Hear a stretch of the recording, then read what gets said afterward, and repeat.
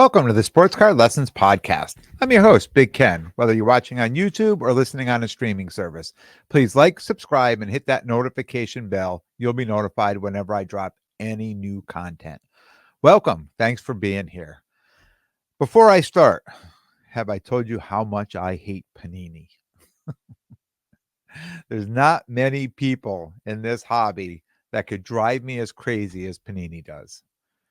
I place orders, they ship the wrong cards, and then it takes 4 phone calls, 4 emails, and then I sit and I wait, and I don't even know if what I actually order is gonna show up. There's no other email, there's no follow-up, like, "Sorry for the screw up, and we're getting your cards out to you." There being nothing. I don't know. I wait a few days, I call, I'm like, "Did this ship?" Nobody ever responds to anything. I sat on and you all know, I mean, 4 seasons, sat on a Patrick Mahomes redemption on card auto for 3 years, and they sent me 2 white box cards that are basically worthless. Um, no recourse there. They just, that's what we gave you. Take, you get what you get, and that's it. I collected redemptions this year, to trade up at the National. I talked about this. When June came around, I didn't receive any emails. I sent an inquiry. I sent them an email, how to sign up this year. Usually I get an email. I got an email back, said, "Oh, the sign up will be on their website July 1st." So I marked my calendar, went to the website, July 1st, nothing. I go through the whole thing. So while I was calling them on July 1st about the most recent order that they screwed up and sent me the wrong cards, I said, "While I got you on the phone, uh, I have an email here that says July 1st, I'll be able to sign up for an appointment at the National in Cleveland to exchange redemptions for, black box." Uh, he said it was delayed. It's going live tomorrow, 1 p.m. Eastern time, which would be July 2nd, right? So about 11 a.m. on July 2nd, I go on the website. I want to poke around, just see if I know where I'm going, where it's going to be, because I didn't know if I was going to be home. So I wanted to be able to make sure I could find it on my phone too, if need be. And I found it on the computer. I go there and it's already completely booked. 400 appointments, 0 left. Again, bad information when it was going live. I don't know when it went live. Somebody maybe could tell me when it went live, but all the information they gave me was just wrong. And I'm still waiting on 2 orders ago of cards, Panini Instant cards that I ordered, and they sent the wrong cards, and they guaranteed me they shipped the proper cards. Still waiting. I mean, I don't know how long it takes to ship these cards unless they have to print them out. I have no idea. But you know what? With them, it's just one disappointing experience after another with this company. It's just, I'm so frustrated with them. I did an episode earlier this year saying I got panini'd, but I guess that's something that just is going to continue to happen all year long. I guess there's no way around that, right? Moving right along. Welcome. This is the season 4 finale, episode 50 of season 4. And in total, it's episode 200. April Fool's Day 2022, I dropped my first episode. I had no idea where it was going, how long it was going to last, but it was definitely a passion project, and I was enjoying it. I was having fun. I was learning. I was getting experience. I'm a retired teacher, so I'm used to lecturing and walking around a classroom talking. So this is a little different, right? When you're in a classroom, you're making eye contact. You see people, props, on the board, the whiteboard, and all this other stuff. I almost said chalkboard, which really would have showed me my age, right? But just props and things like that. So it's definitely different just sitting here all by myself in this office with, in front of this camera and talking. So it was definitely a passion project, and it was something I really needed to figure out how to do and get used to. Um, and interestingly enough, there came a time around the end of season 1 where I just started to question if I was making a difference at all. I was when you start anything, it takes time, obviously, to build an audience, right? And I'm getting messages, and I'm going out to shows, and I'm giving my cards out, and I'm telling people I have a podcast, come watch my pod or listen to my podcast, that type of thing. But you never know that, how far that message is going. But then going to the national in Atlantic City, I was like flooded. So many people that I never met before, just coming up from all over the country. I mean, not just in my neck of the woods, but all over the country, representing a lot of states, coming up, telling me how much they love the podcast, saying hello, shaking my hand. It changed everything about how I felt and thought about the podcast. Really energized me, not only to keep going, but to just to bring the best I could every week, to every episode, and try to improve, along the way. I mean, if you go back, I don't know, it's hard for me to go back to the very beginning, season 1, of those early episodes, to look at me and listen to me, and the way everything looked and sounded. I mean, it's hard for me to go back, so I don't expect you to go back. But when I go back and I look to see where I'm at now, it is definitely a progression, right? It's definitely every season has gotten a little better, and I added more and just tried to make everything a little better, not only visually, but the way it sounds, and even the length. Like, I try to keep, when I first started, I was doing like hour episodes, and I just think it was way too much, and I started backing it down and backing it down, and I think that 25 to 30 minutes is like a perfect time frame, per episode, that you're not listening to me for too long, and I can get to the point more quickly, right? And it's not like I'm thinking I have to add all these other things in to, you know, bring the point home a number of times. I just get to it and move on.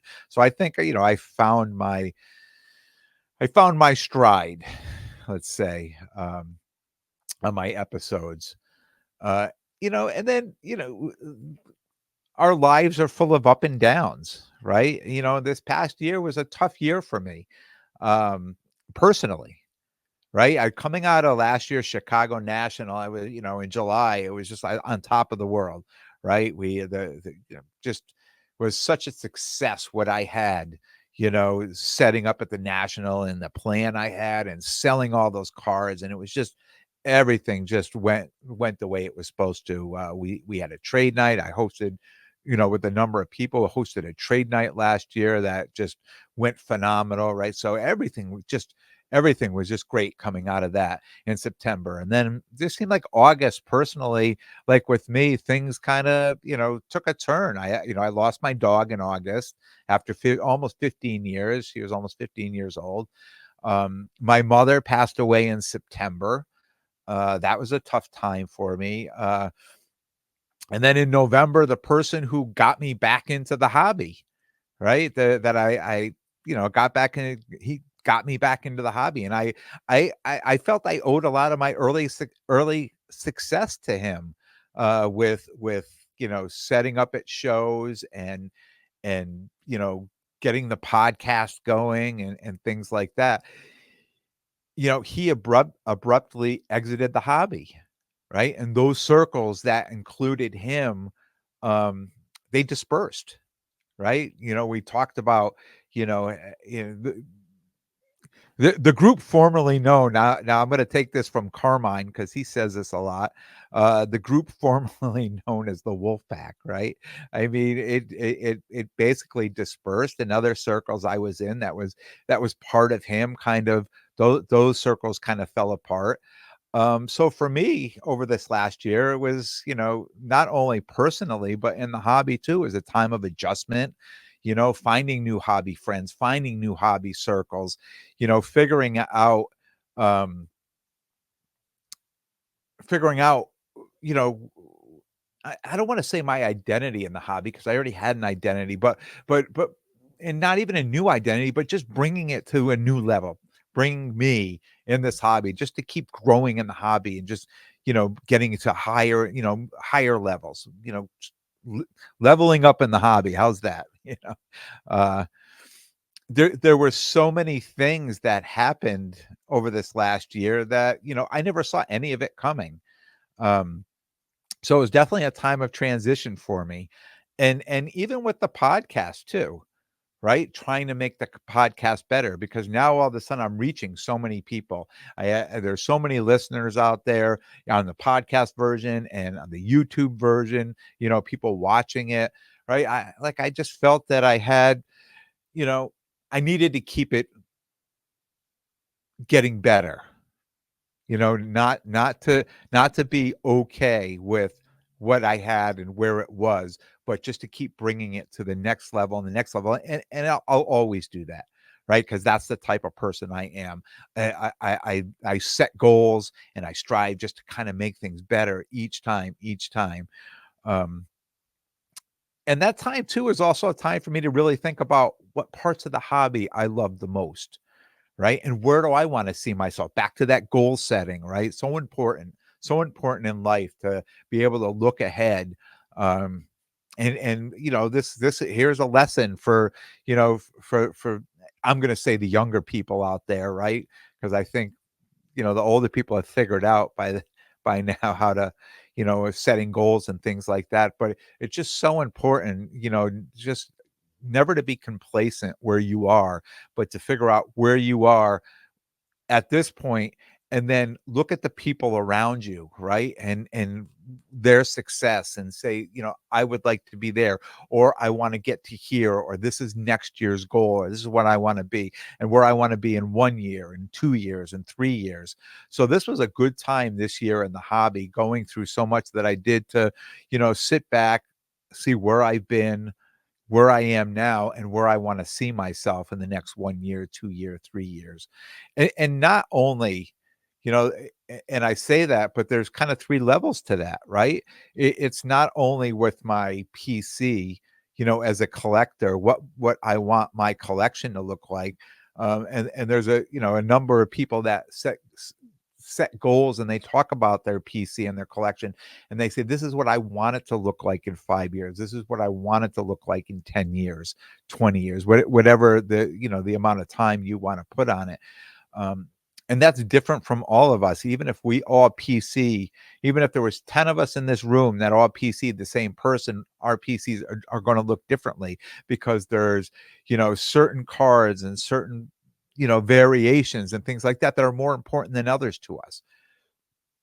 Right. What my inventory is going to look like as a dealer, what I want it to look like, what I want to be looking at in my case in 6 months from now, in 1 year from now, in 2, right? And you've been here long enough, to me it's a seasonal thing, but now all of a sudden football has become a year-round seller for most people, right? And I mean, there is that time, a period during that hobby dead zone where it's hard to find any football out there, but it's still out there. People have figured out that football is you can sell it all year long, and you just go online now to any of these online auction places, and there's never a day of the year that you can't go out there and find any football card you're looking for. And also setting goals as a content creator for the podcast. What I would like to see here on this podcast in season 5 and season 6 and 7 and just moving forward. I felt like I've done some upgrades, whether it's the introductions or my backgrounds or my advertisements. It just seems like each season I've added upgrades, and I want to continue to do that. I want to just keep continuing to upgrade just to make it better, right? Just to make it better, something that I could just be even more proud of as I'm putting it out there and get more people, draw more people to want to come in and listen. Some of the things I've learned just over this last year, And I say just over this last year, like I've learned in the hobby, right? Nothing in this hobby stays the same. Everything keeps changing. And you need to keep changing if you want to keep up with it. It's constantly changing.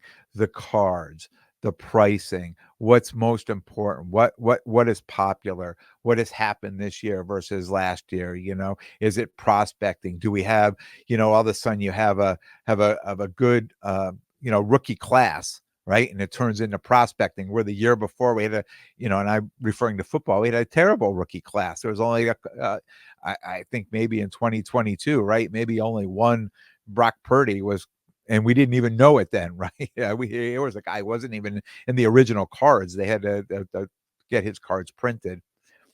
So, and then all of a sudden you come in, you come into this year where all of a sudden there's just a great rookie class and there's all this prospecting, right? So things are always changing. Every year it's never going to be the same. And I talk about putting a plan together, and I use the same plan. I use the foundation, right, of the same plan the last 2 years. And last year was getting all these cards and getting them to the national and being in that 500, and up to 1,500, 1,700. That was where the sweet spot was last year. Where this year, coming into this year, it wasn't. It was everything in that 1 to 5, that 1 to 700. That's where that's where the sweet spot was. That's where the cards people wanted that could sell very quickly. And I'm not saying those higher cards don't sell, but I just think those cheaper cards were just more affordable. And those were the ones. And who knows next year what the plan's going to be, right? Who knows next year? And last year in that plan, if you go back and you listen to my plan last year, is I wanted to be in RPAs at 3K, right? 2K, 3K, 4K. And I adjusted that plan, a month or so into it, saying, wait a minute, I don't think this is going to work. I think I think the plan is good, but I think the price range that I'm in is going to be way too much. And I adjusted that plan last year, and this year I adjusted that plan again, right? Uh, we talked about the kabooms and the downtowns being all the rage, right? And they still are. Like, if you show up at a show with those are the cards people immediately want this year. So I mean, people have always liked those cards, but it's just this year, for whatever reason, they just become so much more popular, and just a chase for everybody wanting those cards. So yeah, nothing stays the same. And in this hobby, and it's just continuously changing. And if you want to keep up in this hobby, you just have to keep changing too. The more people in your hobby circles equals more interactions, more opportunities, and just more fun, right? Talked about hobby circles. My very last episode, 49, was just talking about hobby circles. And it's just so important. It's so important to have those people, and kind of going through the transition I did. It really made me focus, because when, at the end of last year, when that person left the hobby and those circles kind of dissipated, I was going to shows and I was driving home, and I wasn't on the phone. I wasn't communicating with people. And I said to myself, you know what? This is what's missing. I'm out here and I've talked about this on the podcast, and I'm not doing it myself. And I really set out to, become part of other hobby circles, and not so much inserting myself, but becoming friends with people, right? Making connections in the hobby, and then becoming part of their circles, and then becoming part of my circles, right? And over this last 6 months or so, I've done that. I've really built a great group of guys that I surround myself with again in the hobby. And we're going to shows, we're sharing tables, we're sharing information, right? We're buying and selling cards from each other. Um, Helping each other out on deals. But there's some wax I want, and somebody can get some wax, they'll say, hey, do you want a couple of these boxes? They're willing to give them to me at whatever their cost is. Just like things like that, right? It's just more opportunities, and it's more opportunities for shows. Like, I've done more shows this year that I've been friends with, people I've become friends with, and I'm in their circles, and they'll call me up and say, "Hey, I there's an extra table at this show. Do you want to get in?" Or, I would say to them, "Hey, I'm going into this show. I could grab a second table if you want to come." Things like that. The give and take, those opportunities, they're priceless in the hobby to be able to do that. And it's more fun, right? It's more fun being able to share, your stuff in the hobby, right? With the people around you, like-minded people. Um, the hobby becomes more fun that way. The more interaction, the more you can share with other people. It just becomes fun, and then it turns into, dinner after a show, traveling to the show, right? Getting together. Hey, let's go. Let's, there's and I'll give you a for instance. This weekend, there's a Saturday show up in Enfield, a local show, which is about 45 minutes from me.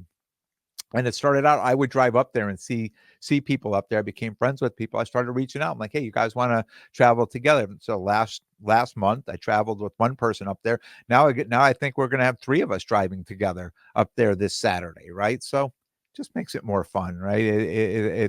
It's nice to do it with more people. Stay in your lane. That's an episode I did. I believe it was this season. Stay in your lane, man. It is so important. I've tried so many times to get into different lanes, right? Because I see it working for other people. And I say, man, I can emulate that. I can do that. And I always go back to the lane where I'm most successful. Uh, and some of us, I understand, have more than one lane. Um, and if you do stay in those lanes, I'll make that plural, right? But uh, things that work for other people, it, they can work for us, right? But we need to be able to adjust what they're doing to what we do, because we can try to emulate what they're doing, right? What someone successful is doing, but we are not that successful person, right? So we have to do it our own way, and some of it works and some of it doesn't. And certainly, I don't ever get, I talked earlier, complacent or stagnant, right? If there's something you want to do, certainly go out and get it, but just remember where your lane is, right? I know what my lane is. I've tried so many different lanes, and I've always come back to the ones where I'm most successful. um, and some of them that I felt I wasn't successful, I was just before my time, right? So, and I'll give you, for instance, the WNBA. So I've been talking about, the women's sports and WNBA and the NWSL, for a while now. Now, look, we get Caitlin Clark, Angel Reese, and a number of other, college players over this last year who became very popular, all been drafted. So many people now watching WNBA ever that, you know, there's so many people I listen to, I consume content, and I hear people all saying, "I watched my first WNBA game. That was a great game. I can't wait to watch another one." And I say, that's what I've been saying all along. I mean, I've never really been a fan of basketball, but I love watching these games. I think they're very competitive and they're very good. And now I have players to root for. So I've been collecting these cards for 2 years, right? And when I tried to make that a lane, you know, out at these shows, people weren't really buying them. And I went to the National last year. It was a big success. I said, okay, great. Like, I think I'm on to something this year. Um, and the soccer as well. And then I came back home and I realized, no, nobody's really interested in that stuff outside of the National. But now this year they are, right? Now this year, it's the Bowman Chrome. It's the Caitlin Clarks, the Angel Reeses. I've talked about them all along. But I've got boxes here of great cards and lots of rookie cards that I'm starting to sell in Facebook groups, and, getting prices on these cards I never thought I was gonna get. I mean, some of these cards have 5, 8, 10x since I bought them 2 or 3 years ago. So it was one of those things where I'm just saying to myself, probably could have been my lane, but I was way before my time. Is it a new lane for me to get into? Possibly. but I don't know if outside of these Facebook groups, if I go to these shows and put these cards out, if they're actually going to sell or not. I don't know, but stay in your lane. uh, a PSA grade is mostly a grader's opinion. If you don't like your grade, crack, wipe, and send it back. I I've beaten that horse to death here, right? It just amazes me that this is what we have to do, but and it's okay to do it on these 25, 50, $100 cards, right? But it gets pricey if you start sending in, $1,000 cards and you have to, crack, wipe, and send them back. It could get pricey. Panini deserves to be out of business. That's all I'm going to say on that. I mean, I really think that they've shot themselves so many times in the foot that, they deserve to have somebody just come take them, put them out of business. And Fanatics has put themselves in a position to take over the hobby, right? I really have. I think they've done so many things right out there, and they're going to continue to move into all the spaces of the hobby, every space they possibly can. And they're coming in and they're hiring people and saying, we just don't want it done right. We want it to be done the best it could absolutely be done. And with that said, you're just putting yourself in a position to really take over a space that was, other companies felt that, they just own that space, and now they're being threatened by them. I did an episode with Crosstown Cardboard, Craig and Carmine, called "Traveling to Does Traveling to Shows Make Sense?" And sense, CENTS. And although it does cost more money, obviously, to travel, and a lot more expenses, traveling and hotel and meals and that, um, being able to meet up with people that you only talk to online, and for me, it's listeners, meet up with listeners. Maybe I don't communicate with, but they know everything about me because they're watching me twice a week, and they know everything going on in my life. And them coming up to the table at one of these shows and introducing themselves and just saying, "Love the podcast," or "I've been listening to you. I feel like I know you," like that type of thing. That's priceless. That's probably, you can't put a price on that. For me, I can't put a price on that. I'll spend that money any day of the week to be able to go out to meet these people, have people come up that are dedicated to watching me every week and introduce themselves and let me get to know them, right? And then it opens up a line of communication. Some of those people I start talking to now, chatting, maybe not on a daily basis, maybe on a weekly basis, but their victories become mine because I get pictures of cards and things like that. People will send stuff I talk about, like I've talked about Will Levis and Hendon Hooker throughout the year, and somebody else send some cards. Say, yeah, I just got these back from PSA. They came back tens, and they're just unbelievable cards. Their victories become my victories, right? So absolutely priceless. And I love the idea, and it shouldn't take for you to meet me to reach out to me, but I love the idea that a lot of people that I meet for the first time out at the show, we open up this line of communication, right? I guess I just want to say, you don't need to meet me to open up the line of communication. Anytime you get a victory, something I talked about, something you agree, disagree, anything, for whatever reason you want to reach out, I'm always here, and I respond to every single person that messages me. Um, I can't help myself. I love prospecting. I love ripping wax. I love getting into breaks. We all have our hobby weaknesses. This is mine. I've learned to accept that. I talk about, how much I hate losing in those things, right? But I just learned to accept it. I'm not going to fight it. I just have to put it in the budget, right? It has to become a line item now in the budget, and I convinced myself that, sooner or later, cards that come out of there, I can grade and I can, and try to reimburse that line item on that. And it is. I mean, I make fun like that, but so many of these breaks I've got into this year, I've gotten so many cards back that are all off at PSA right now being graded. I'm happy to have them. Um, I've learned different way. If you do enough breaks, you learn, where to get in, how to get in, what teams to buy, who's got more cards, better cards, and then, you chase a little. You say, look, this is everything's wrong with buying, the Colts in this break, but I'm going to do it and hope for the best. And sometimes you get a card, sometimes you don't, or the Texans or things like that. I mean, it's just, like I said, I've learned to accept it. I'm not going to fight it, and I put it in the budget.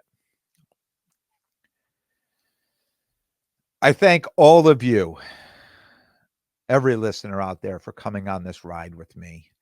Uh, like I said earlier, I'm working on trying to be bigger and better for season 5. I'll be on vacation next week, and this is a real vacation. This is a real family vacation, vacation that doesn't include cards or, a 3 or 4 day, run down to North Carolina and see the grandkids. This is a true vacation. I'm going away for a week, and yeah, gonna be at Martha's Vineyard, and I'm gonna say it's no cards, right? But it's not a card vacation. But I've already looked up, and it looks like there's a card shop on Martha's Vineyard. So I'm sure I'm going to find my way to that card shop at some point during next week. I have some great guests coming up that you're going to hear next week during my vacation, and probably the week I'm in Cleveland as well. And I plan on bringing, and I'll be on live again before I go to Cleveland, but I plan on bringing some equipment to Cleveland and hopefully get an episode done while I'm out there. I don't know exactly my setup at the SoCo Expo, but I wouldn't mind trying to, record live from there. If I can, figure it out and possibly do it, who knows? Um, but again, thank you all for being on this journey with me. This is the conclusion of 4, and season 5 starts next week. I want to thank everyone for tuning in. And if you like what you hear, please definitely subscribe. And most importantly, tell a friend and spread the word. Till next time, take care of yourselves and everyone around you.